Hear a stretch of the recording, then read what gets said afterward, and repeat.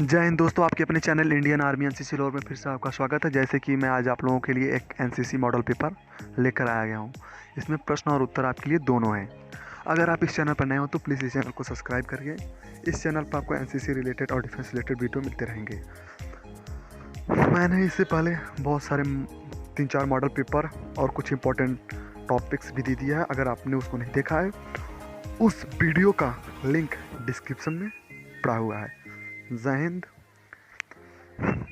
आपका है जय हिंद दोस्तों। हम अपना टॉपिक स्टार्ट करते हैं। मॉडल प्रश्न पत्र पहला आपका है समान पाठ्यक्रम। पहले आपकी टॉपिक है ड्रिल। ड्रिल से कौन सी प्रश्न बन सकती है? पहला प्रश्न है आपका, ड्रिल का उद्देश्य क्या है? आप आंसर लिखेंगे। मैं सभी भाइयों को बताने वाला हूँ, इसमें जैसे पॉइंटिंग वाइज पॉइंटिंग लिखा हुआ है आप ऐसे ही लिखिएगा। अगर आप एनसीसी ए या बीएससी सर्टिफिकेट एग्ज़ाम देना चाहते हैं, अगर आप ए ग्रेड पाना चाहते हैं, तो इस मॉडल पेपर में जैसे पॉइंट वाइज पॉइंट डालकर लिखा हुआ है वैसे भी आप अपने एनसीसी एग्ज़ाम में भी लिखेंगे। सही दोस्तों। आपकी पहली प्रश्न है, ड्रिल का उद्देश्य क्या है? आंसर है पॉइंट वाइज लिखा हुआ है, आप पॉइंट वाइज ही लिखेंगे, नहीं तो आपको नंबर बहुत कम मिलेगा। ठीक है। पहला आपका है आत्मविश्वास बढ़ाना, दूसरा है अनुशासन की भावना उत्पन्न करना, तीसरा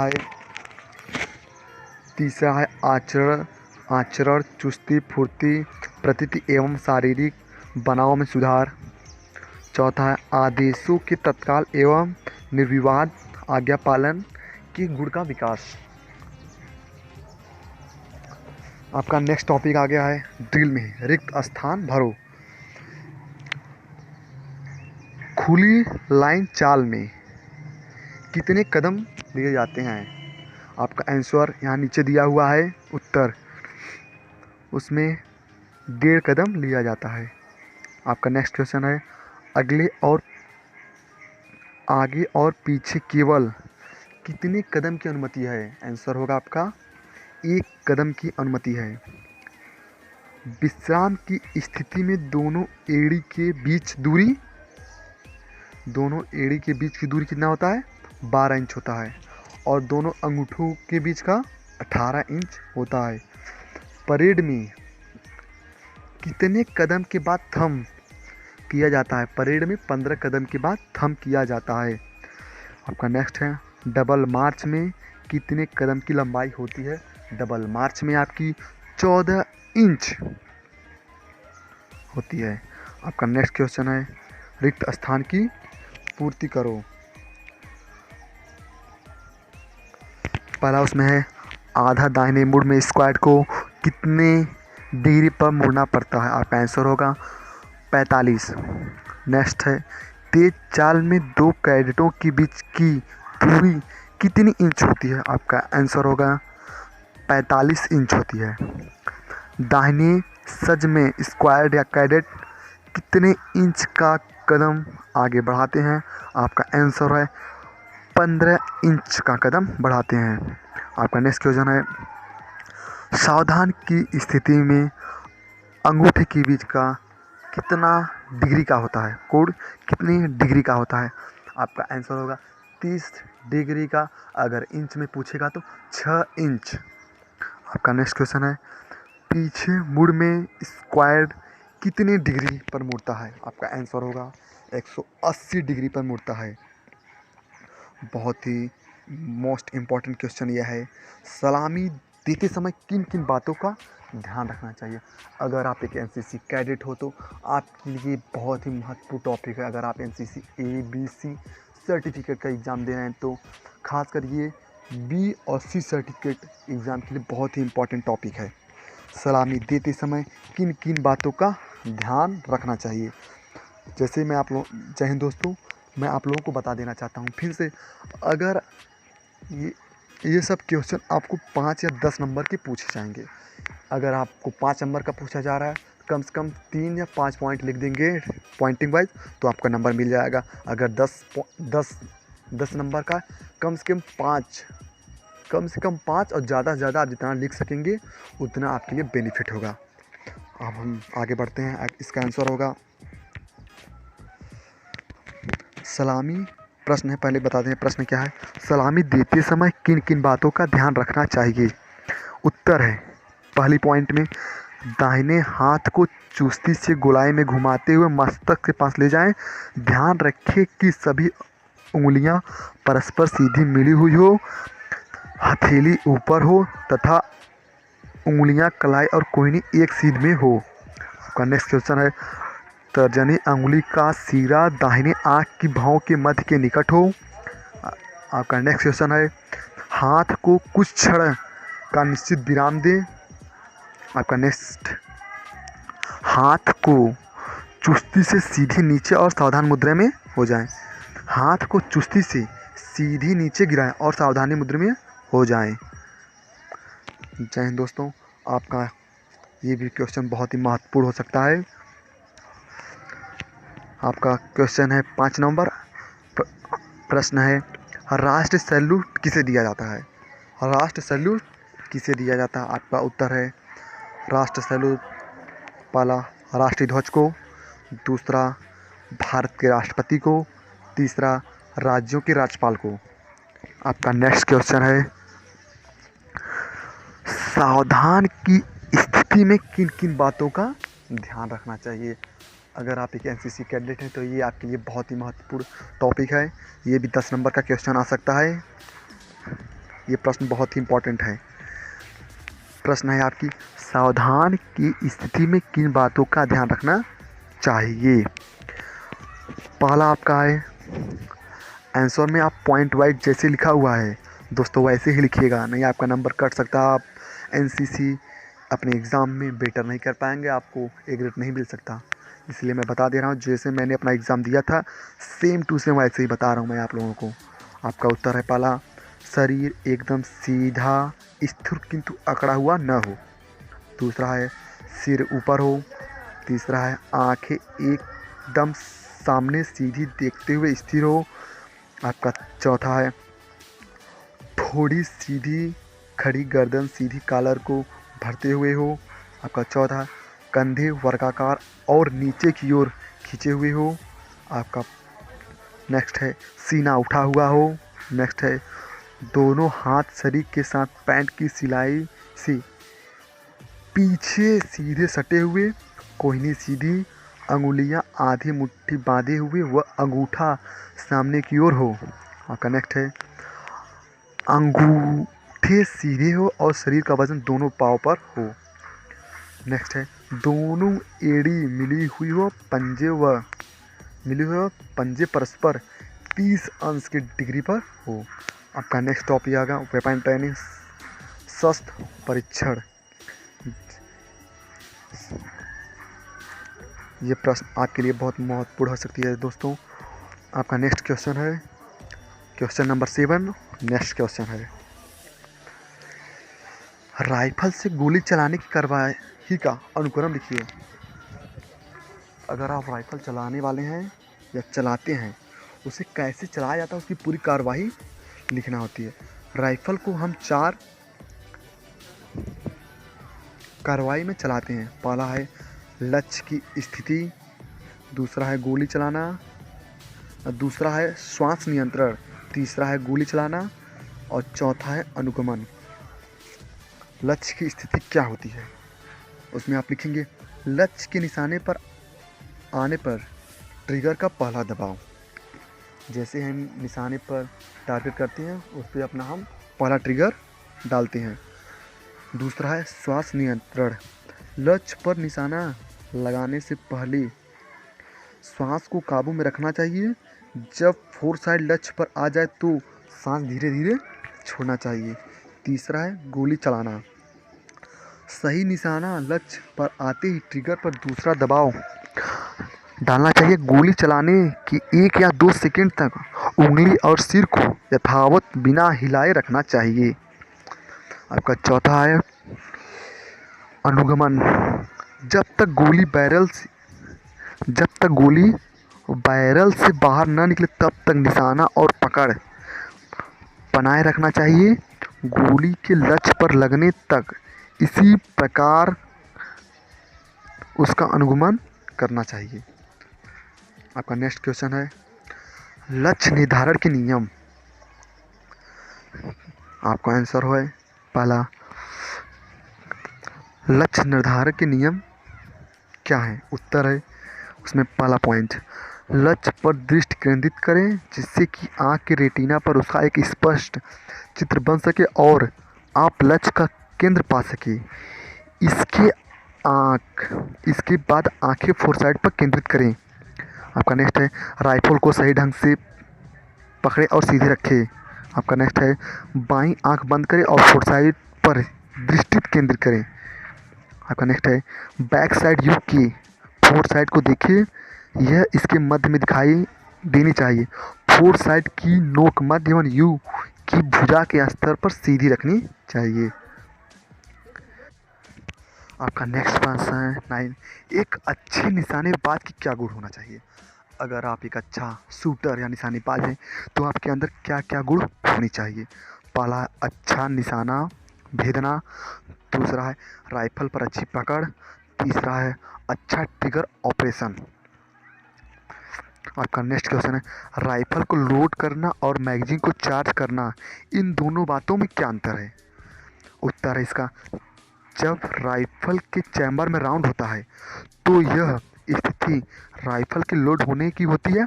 जब सभी राउंड मैगजीन में होती है तो यह स्थिति मैगजीन को चार्ज होने पर होती है। आपका नेक्स्ट टॉपिक है वेपन ट्रेनिंग, हथियार प्रशिक्षण पे। 11वां क्वेश्चन है रिक्त स्थान को भरिए। पहला है राइफल की सफाई के लिए फैलावन का आकार कितना होता है? आपका 4 इंच इंटू 2 इंच होता है। यहाँ पर आंसर दिया हुआ है, नीचे आप लोग देख सकते हैं। 7.62 mm SLR की मैगजीन क्षमता कितने राउंड की होती है? 20 राउंड को होती है, लेकिन 18 राउंड में भरा जाता है। अगर आंसर में कितनी राउंड पूछे तो आप लोगों को 20 ही भरना है। आपका नेक्स्ट है 7.62 mm SLR में ट्रिगर पर कितने दबाव डालते हैं? 2 दबाव डालते हैं। 7.62 mm SLR की केवल मैगजीन का वजन होता है 9 औंस होता है।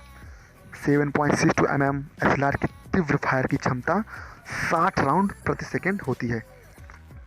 आपका नेक्स्ट और इम्पोर्टेंट प्रश्न है ये 7.62 SLR के मुख्य भाग कौन कौन से हैं?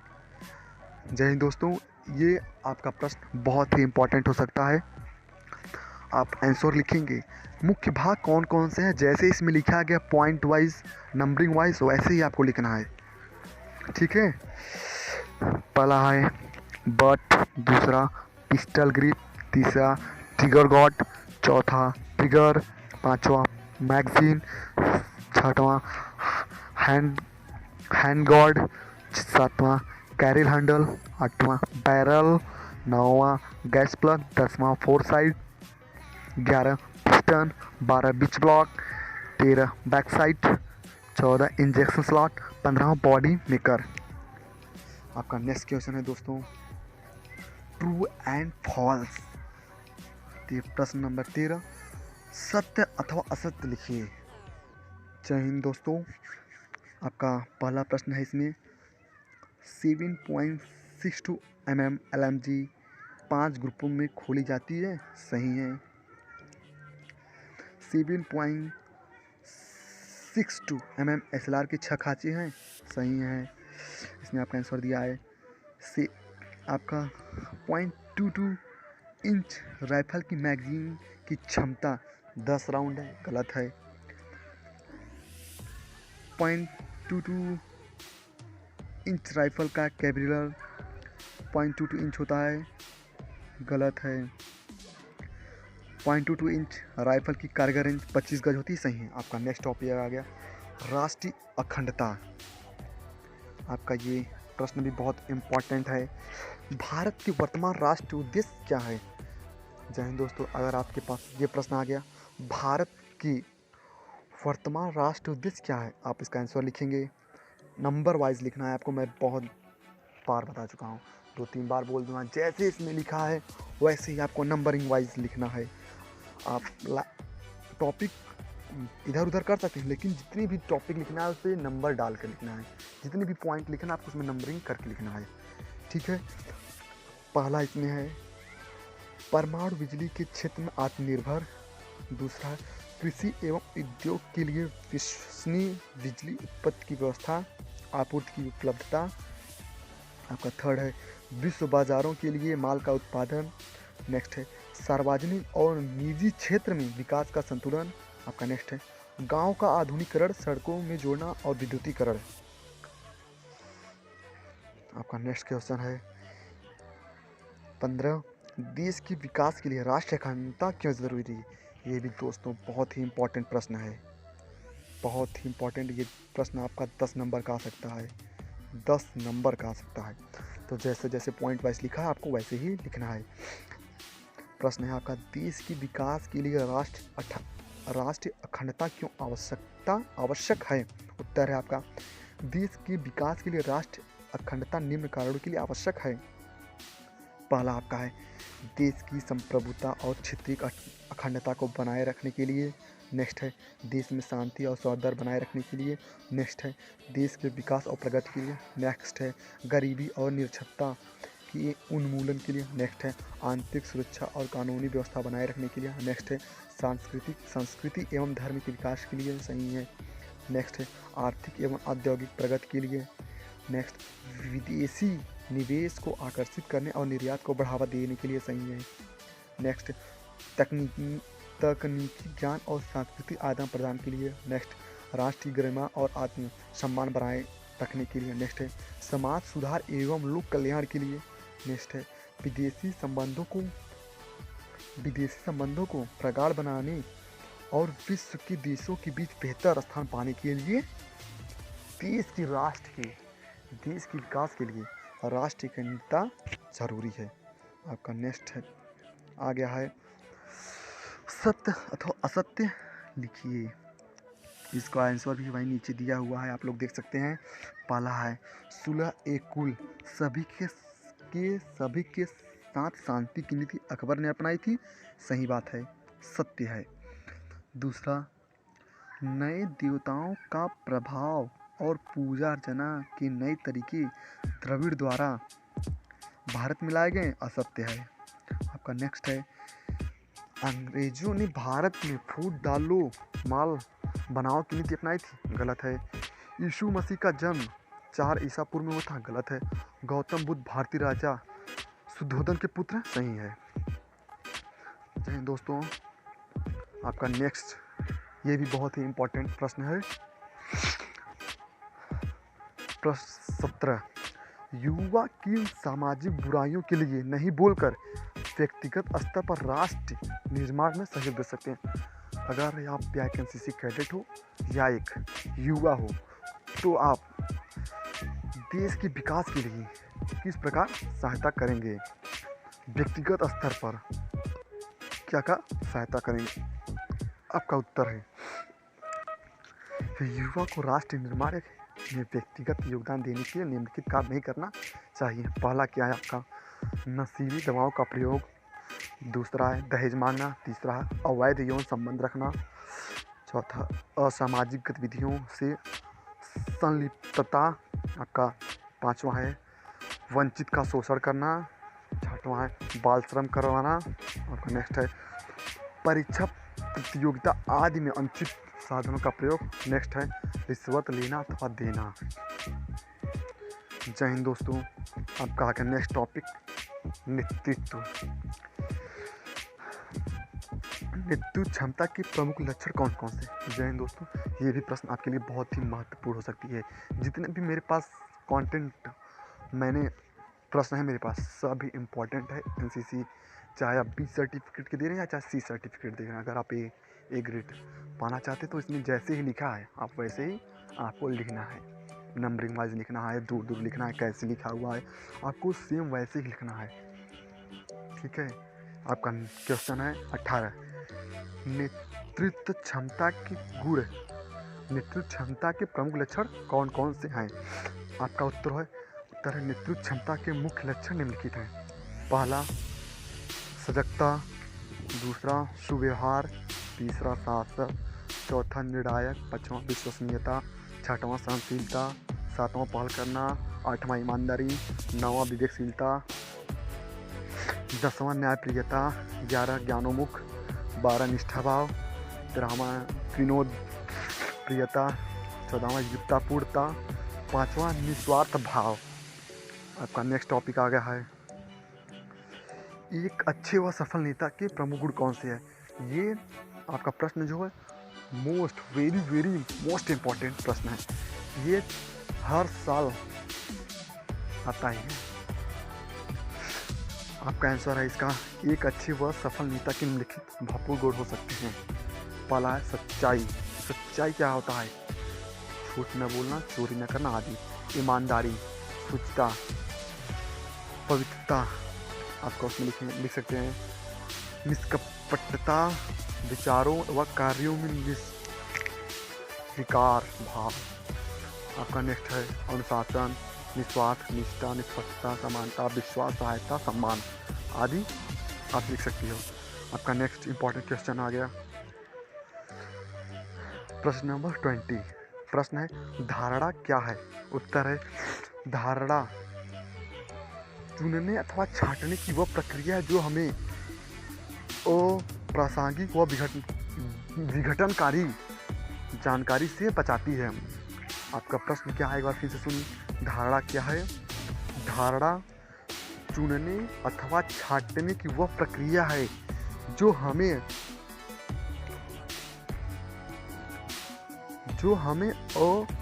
अप्रासंगिक व विघटनकारी जानकारी से बचाती है। आपका नेक्स्ट और बहुत इंपॉर्टेंट टॉपिक है। प्रश्न है एक नेता कौन होता है? एक और उत्तर है इसका उत्तर है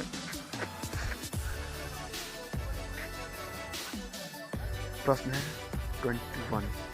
एक नेता कौन होता है? उत्तर है एक नेता वह व्यक्ति होता है जो लक्ष्य की प्राप्ति के लिए अन्य लोगों और संसाधनों को प्रभावित कर सकते हैं या करता है। एक नेता वह व्यक्ति होता है जो लक्ष्य की प्राप्ति के लिए अन्य लोगों और संसाधनों को प्रभावित कर सकता है। नेता कितने प्रकार के होते हैं? नेता 3 प्रकार के होते हैं। पहला जन्मजात से, दूसरा प्रशिक्षण से, तीसरा अंगीकृत नेता। आपका नेक्स्ट आ गया है प्रश्न है 23। कर्तव्य की परिभाषा लिखिए। ये भी क्वेश्चन बहुत ही महत्वपूर्ण है। कर्तव्य को नैतिक अथवा विधिक दायित्व और एक बाध्यकारी शक्ति के रूप में परिभाषित किया जा सकता है जो अपने वरिष्ठ जनों, सहयोगियों और अधीनस्थों के प्रति उचित एवं उत्तम व्यवहार करने को प्रेरित करता है, जिसे हम कर्तव्य कहते हैं। आपका नेक्स्ट आ गया एक अच्छे नागरिक के क्या क्या कर्तव्य हो सकते हैं। अगर आप एक अच्छे नागरिक हैं तो आपके अंदर आपकी क्या कर्तव्य है, आपकी क्या ड्यूटी है, वो आपको जानना बहुत ही ज़रूरी है। और ये क्वेश्चन भी बहुत ही महत्वपूर्ण है,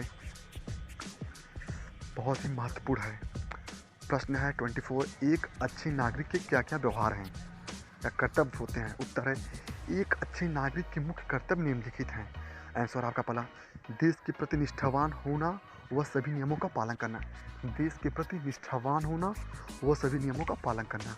नेक्स्ट है देशभक्त होना और देश की स्वतंत्रता कायम रखना। देशभक्त होना और देश की स्वतंत्रता कायम रखना। आपका नेक्स्ट है निस्वार्थ सेवा भाव रखना।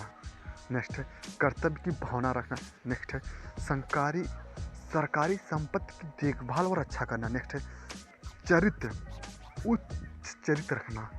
आपका नेक्स्ट है अपने अधिकारों के साथ अन्य नागरिकों के अधिकारों की भी सम्मान करना। आप अपने अधिकार के साथ साथ अन्य नागरिक के अधिकार का भी आपको सम्मान करना। आपका नेक्स्ट टॉपिक है आपदा प्रबंधन ना। जय हिंद दोस्तों। आपदा क्या होती है?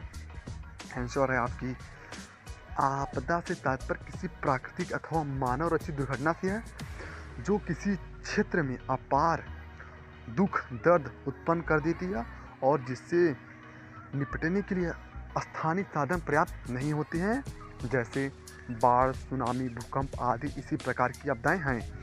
आपका नेक्स्ट है प्राकृतिक आपदाओं के विषय में संक्षिप्त में लिखिए।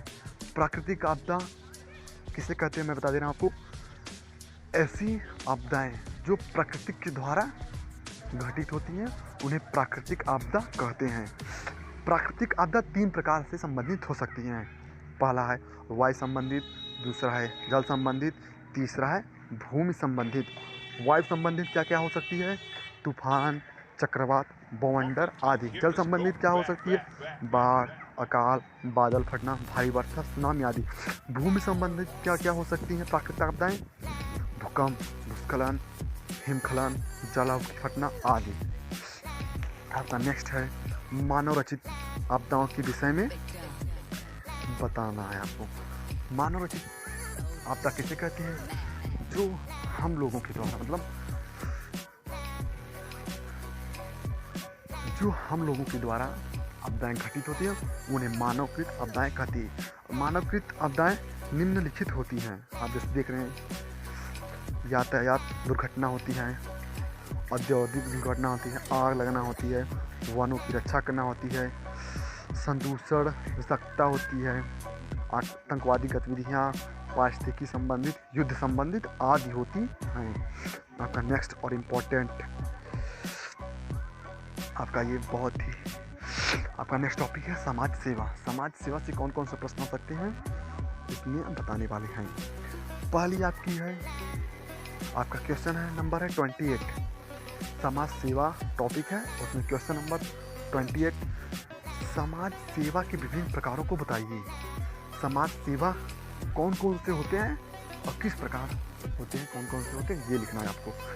आंसर आपकी समाज सेवा के विभिन्न प्रकार होते हैं। पहला शिक्षा का प्रसार, दूसरा परिवार कल्याण, चिकित्सा सहायता, परिवार नियोजन एवं पोषण।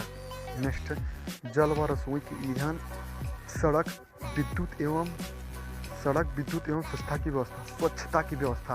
आपका नेक्स्ट है वृद्धावस्था सहायता के उपाय, रोजगार में सहायता करना, सामाजिक सहायता, सुरक्षा देखभाल एवं संरक्षण प्रदान करना। नेक्स्ट है आवास एवं पुनर्वास की व्यवस्था करना। नेक्स्ट है मनोरंजन, खेल एवं अन्य सामाजिक गतिविधियाँ। आपका नेक्स्ट और बहुत ही इम्पोर्टेंट प्रश्न है ये प्रश्न नंबर 29 आरक्षण नीति के पक्ष में दिए जाने वाले मुख्य तर्क क्या है? आपका आंसर है पहला शिक्षण संस्थानों एवं कार्यस्थलों पर सामाजिक विविधता होनी चाहिए, इसमें समाज की छिपी हुई प्रतिभाओं को सामने आने का अवसर मिले। नेक्स्ट है इसके लिए समाज के वंचित वर्गों के लोगों को प्रवेश आदि में कुछ छूट प्रदान करके प्रोत्साहित किया जाता है। आपका नेक्स्ट है सामान्य वर्ग के लोगों को पेश आ रही कठिनाइयों का प्रमुख कारण आरक्षण नहीं बल्कि शिक्षण संस्थाओं में सीटों की कमी अथवा देश में रोजगार के अवसर की कमी है। आपका नेक्स्ट क्वेश्चन है आरक्षण नीति के विरुद्ध किए जाने वाले प्रमुख तर्क क्या है? आंसर है आपकी पहली आरक्षण जाति के आधार पर नहीं बल्कि आर्थिक स्थिति के आधार पर होना चाहिए। नेक्स्ट है आपकी आरक्षण राजनीतिक हितों को साधने के लिए दिया जा रहा है। नेक्स्ट है जाति पर आरक्षित आरक्षण नस्ली भेदभाव का एक रूप है और समानता के अधिकार का ही हनन करता है। नेक्स्ट है जाति पर आधारित आरक्षण की प्रतिभाओं को निरुत्साहित किया जा रहा है। नेक्स्ट है आरक्षण नीति द्वारा जाति प्रथा को बढ़ावा दिया जा रहा है। नेक्स्ट आपका इम्पोर्टेंट प्रश्न हो सकता है, बहुत इम्पोर्टेंट प्रश्न है, 2-3 बार आ चुका है। प्रश्न नंबर 31 परिवार नियोजन क्या है? परिवार नियोजन व्यक्तिगत अथवा संयुक्त रूप से अपने इच्छित परिवार का आकार और बच्चे के जन्म का समय आदि निर्धारित करने हेतु एक स्वैच्छिक एवं जिम्मेदारी पूर्ण निर्णय है। आपका नेक्स्ट प्रश्न है परिवार नियोजन के विभिन्न उपाय क्या हैं? पहला है पुरुष नसबंदी, दूसरा है महिला नसबंदी, तीसरा है निरोध, चौथा गर्भ निरोधक गोलियां। आपका नेक्स्ट और इम्पोर्टेंट प्रश्न है, HIV क्या है? HIV क्या है? आंसर आपकी HIV अर्थात ह्यूमन इम्यून डिफिशियंसी वायरस एक खतरनाक वायरस है जो मानव शरीर की प्रतिरक्षा प्रणाली को नष्ट कर देता है तथा एड्स नामक घातक रोग का कारक है। आपका नेक्स्ट प्रश्न है 34 प्रश्न है, समाज के प्रति कैडेटों की क्या भूमिका? अगर आप एक एनसीसी कैडेट है तो आपको समाज के प्रति क्या क्या भूमिका हो सकती है आपको लिखना है। पहला है, जिस समुदाय में आप रहते हैं उसके प्रति निष्ठावान की भावना। दूसरा है, राष्ट्रीय अखंडता के लिए कार्य करना तथा राष्ट्र के प्रति निष्ठा की भावना आदि का विकास करना। आपका नेक्स्ट है, सक्रिय रूप से स्वयं सीधे सम्मिलित होकर अथवा विकास के विचारों के प्रसार द्वारा और अन्य लोगों को विकास की प्रक्रिया में भाग लेने के लिए मदद करके राष्ट्र के विकास में योगदान देना। आपका नेक्स्ट टॉपिक आ गया स्वास्थ्य विज्ञान एवं स्वच्छता। आपका पहली प्रश्न है, स्वास्थ्य विज्ञान किसे कहते हैं? उत्तर, यह विज्ञान की वह शाखा है जिसमें निजी एवं लोक स्वास्थ्य के सिद्धांतों के प्रसार का अध्ययन किया जाता है। आपका नेक्स्ट प्रश्न है, स्वच्छता क्या है? यह स्वयं को एवं अपने आसपास को वातावरण को साफ सुथरा रखने की कला। स्वच्छता क्या है? यह स्वयं को एवं अपने आसपास के वातावरण को साफ सुथरा रखने की एक कला है। नेक्स्ट प्रश्न है आपकी 37, व्यक्तिगत स्वच्छता में क्या क्या आता है? आप व्यक्तिगत स्वच्छता के अंदर क्या क्या आता है? उत्तर है पहला, अपने शरीर और त्वचा की सफाई, नाखूनों की सफाई, वस्त्रों की सफाई, दांतों की सफाई, बालों की सफाई। आपका नेक्स्ट और इम्पोर्टेंट प्रश्न है, जल को शुद्ध करने की विधियाँ क्या हैं? नेक्स्ट पहला है अवसादन, दूसरा है निस्पंदन, तीसरा है उबालना, चौथा है क्लोरीनेशन, पांचवा स्टेरिलाइजेशन, छठवां है रिवर्स ओस्मोसिस, आपका सातवां है यूवी फिल्टर। आपका नेक्स्ट टॉपिक है शौचालय के विभिन्न प्रकार लिखिए। शौचालय के विभिन्न प्रकार लिखिए। पहला है आपका वाटर कैरी सिस्टम, दूसरा है एक्वा प्रीवी, तीसरा है removal system, deep trench, shallow trench. आपका नेक्स्ट है मलेरिया के बचाव के उपाय। ये भी आपका बहुत ही इम्पोर्टेंट प्रश्न है। पहली है DDT रसायन का छिड़काव, मच्छरदानी का उपयोग, मच्छर भगाने वाले संसाधनों का प्रयोग, उचित रूप से शरीर को ढकने वाले वस्त्रों का प्रयोग, और है घर पर आसपास पानी जमा न होने देना, नाली आदि में मिट्टी के तेल का छिड़काव करना है। आपका नेक्स्ट है प्रश्न है स्वच्छता का महत्व। स्वच्छता का क्या महत्व है? आंसर है हमारे समुदाय का स्वास्थ्य स्वच्छता पर निर्भर करता है। स्वच्छता में भौतिक परिवेश की स्वच्छता, लोगों की आदतें, भोजन, जल तथा वायु की गुणवत्ता आदि का भी बड़ा महत्व है। यदि इनमें से किसी भी कारक की गुणवत्ता में कोई कमी आती है तो हमारा स्वास्थ्य प्रभावित हो सकता है। आपका नेक्स्ट और इम्पोर्टेंट प्रश्न है साहसिक गतिविधियाँ। भू आधारित विभिन्न साहसिक गतिविधियाँ कौन सी हैं? पहला है चट्टानों पर चढ़ना, दूसरा है पर्वतारोहण, तीसरा है पदयात्रा, चौथा साइकिल और मोटरसाइकिल अभियान। आपका नेक्स्ट क्वेश्चन है साहसिक प्रशिक्षण का क्या उद्देश्य है? अगर आप एक एनसीसी कैडेट हैं आपको ऑब्स्टिकल साहसिक प्रतिक्रिया क्यों कराई जाती है? अगर आप एक एनसीसी कैडेट आपके लिए साहसिक प्रशिक्षण जरूरी है। आंसर आपके एनसीसी कैडेट को यह प्रशिक्षण उनमें नेतृत्व, आत्मविश्वास, दृढ़ संकल्प एवं टीम भावना के गुणों के विकास के उद्देश्य से दिया जाता है। आपका नेक्स्ट टॉपिक है पर्यावरण एवं पारिस्थितिकी। आप पहला लिख सकते हैं प्रश्न, आप इसमें है आपका प्रश्न 44। प्रश्न है ग्रीन हाउस प्रभाव क्या है? आप आंसर लिखेंगे यह वातावरण में कार्बन डाइऑक्साइड की मात्रा में बढ़ोतरी, वैश्विक तापमान में वृद्धि और क्लोरोफ्लोरो बेंजीन गैस के अधिक प्रयोग द्वारा वातावरण की ओजोन परत क्षीण होने का संयुक्त प्रभाव है। इसके कारण संपूर्ण विश्व के मानव जीवन और जीवों व वनस्पतियों का अस्तित्व खतरे में पड़ सकता है। आपका नेक्स्ट टॉपिक है पर्यावरण संरक्षण के क्या प्रभाव हैं?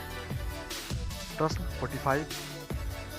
पर्यावरण संरक्षण के क्या प्रभाव हैं? आंसर आपको लिखना है पहला वैश्विक तापमान में बढ़ोतरी, दूसरा है अम्ल वर्षा, तीसरा है ओजोन परत का क्षीण होना। आपका नेक्स्ट टॉपिक है पर्यावरण संरक्षण में एनसीसी कैडेट कैसे भूमिका निभा सकते हैं? अगर आप एक एनसीसी कैडेट हो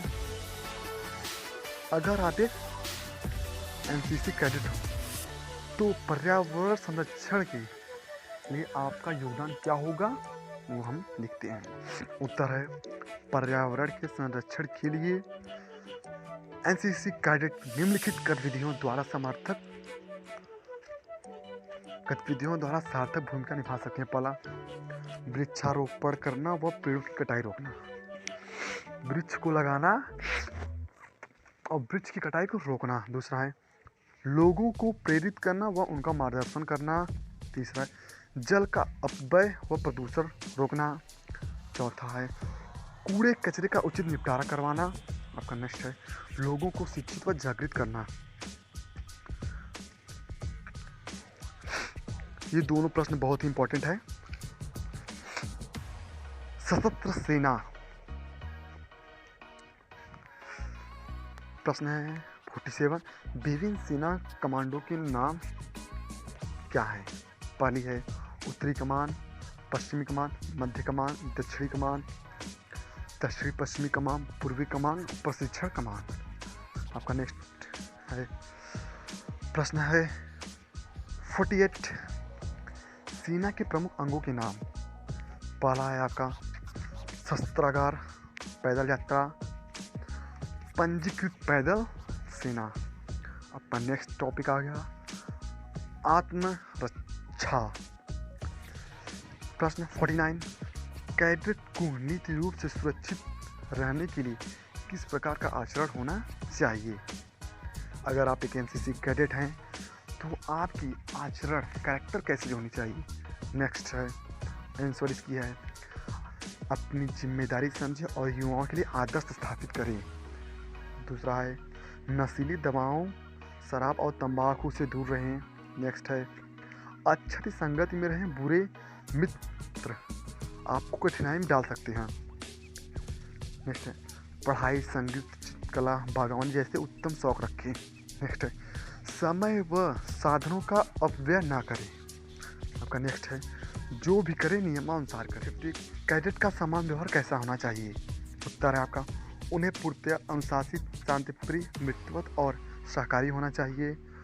नेक्स्ट है उनमें स्वस्थ प्रतिस्पर्धा की भावना के साथ ईर्ष्या से मुक्त होनी चाहिए।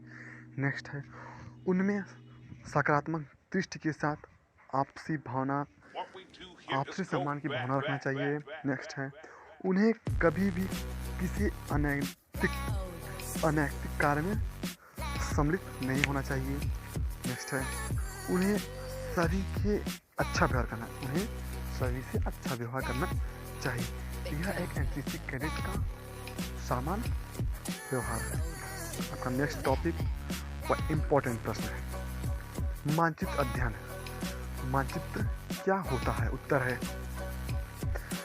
मानचित्र किसी भूभाग एवं उसकी सभी प्राकृतिक और मानव निर्मित संरचनाओं को कुछ पारंपरिक संकेतों द्वारा समानुपातिक रूप से दर्शाने वाला एक समतल चित्र होता है।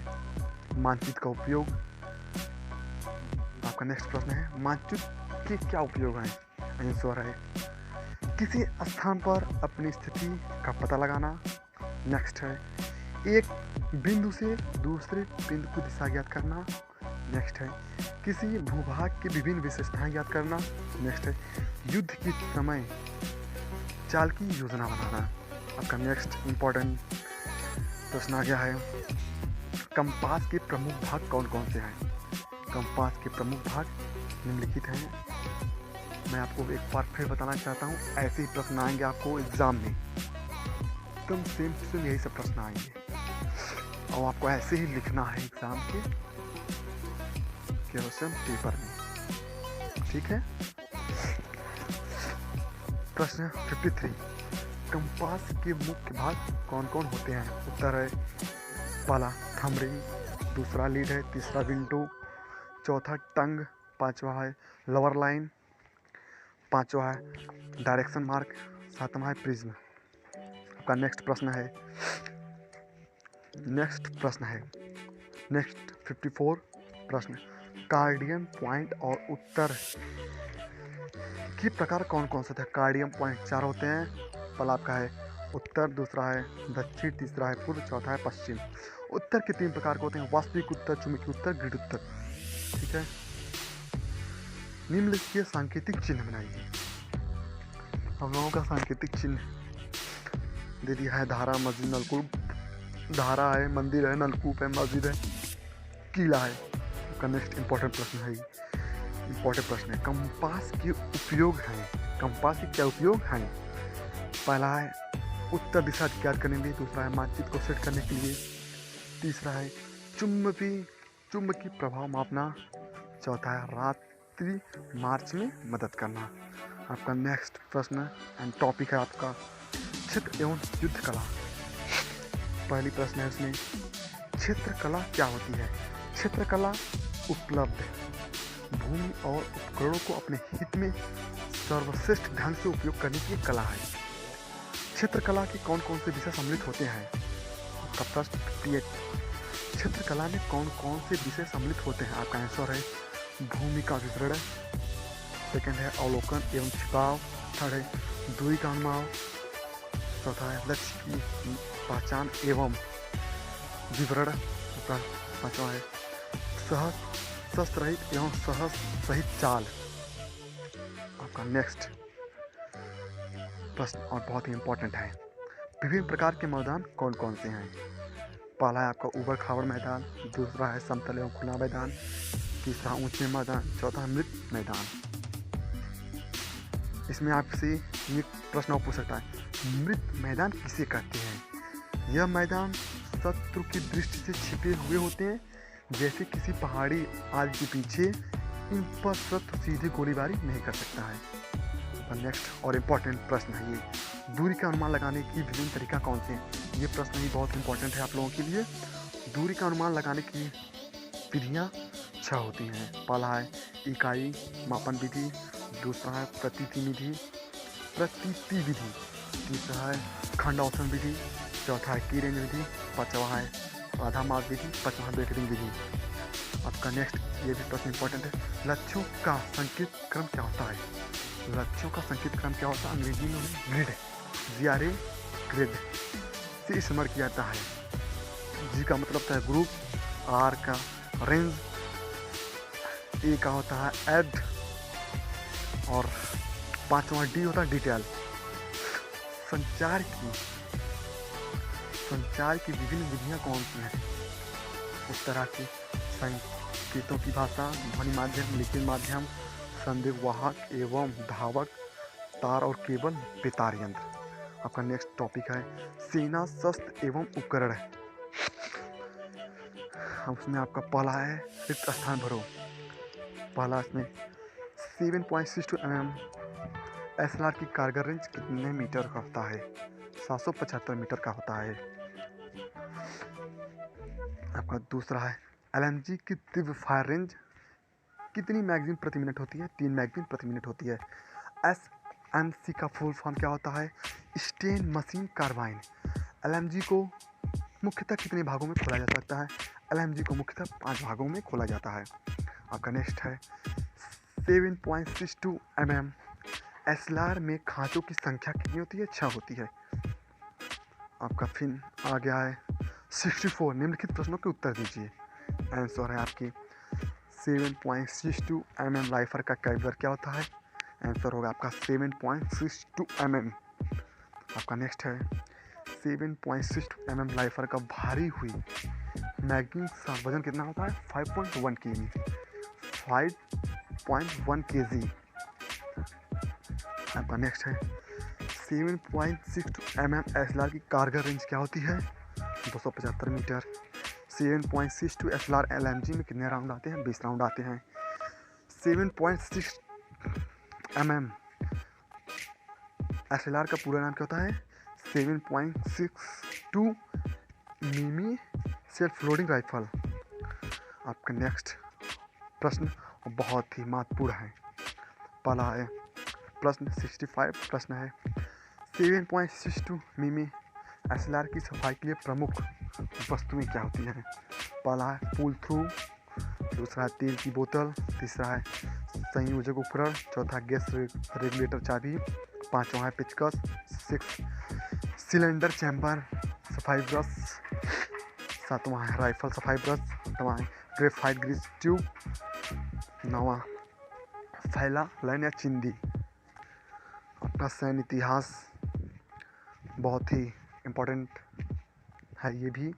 और प्रश्न है 66 हल्दी घाटी का युद्ध पर एक संक्षिप्त नोट 50 शब्दों में आपको लिखना है। इसमें है हल्दी घाटी का युद्ध मुगल बादशाह अकबर और महाराणा प्रताप के बीच 18 जून 1576 ईस्वी में लड़ा गया।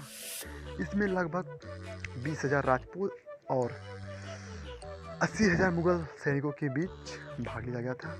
युद्ध बहुत ही भीषण एवं अनिर्णीय रहा। महाराणा प्रताप इसमें जीवित बच गए, किंतु उनका प्रिय प्रिय घोड़ा चेतक उसकी जान बचाते हुए मारा गया था।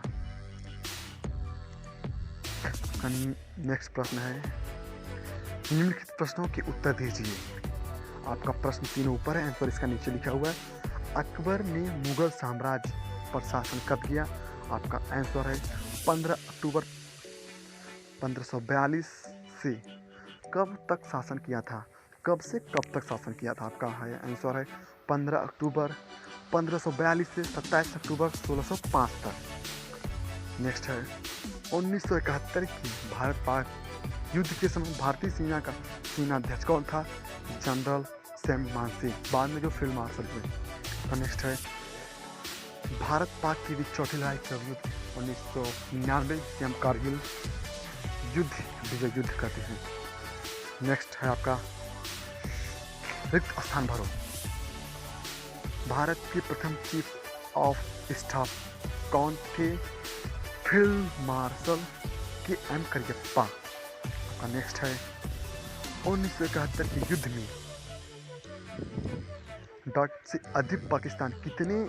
से अधिक पाकिस्तानी सैनिकों को बंदी बना लिया गया था। 90,000 से अधिक पाकिस्तानी सैनिकों को बंदी बना लिया गया था। आपका नेक्स्ट है सर्वप्रथम परमवीर चक्र किसको मिला था? सर्वप्रथम परमवीर चक्र मेजर सोमनाथ शर्मा को मिला था। नेक्स्ट है 1971 के युद्ध में पाकिस्तान की लेफ्टिनेंट जनरल